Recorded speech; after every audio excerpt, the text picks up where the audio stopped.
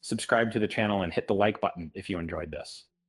Why did Palpatine wait 20 years to dismantle the Senate in the Star Wars universe? Given his cunning, one might wonder about his strategic patience. Beyond his manipulative abilities, Palpatine orchestrated a complex political plot for over a decade.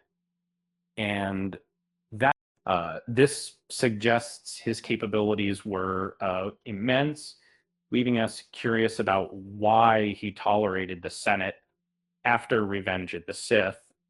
Palpatine used the Senate as a distraction for his opponents. His influence extended widely, making it hard for senators to challenge him.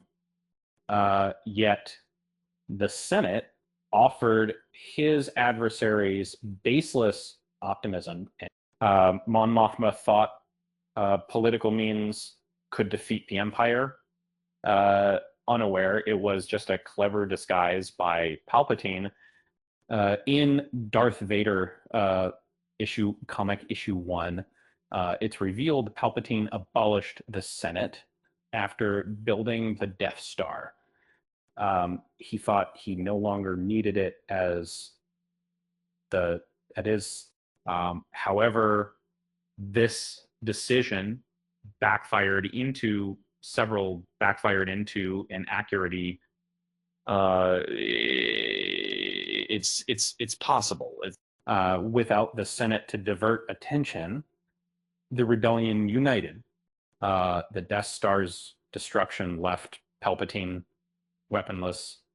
Palpatine's Senate strategy initially provided a sliver of optimism to his enemies, but his reliance on it proved costly. In the end, his downfall came from the Senate and the Death Star project.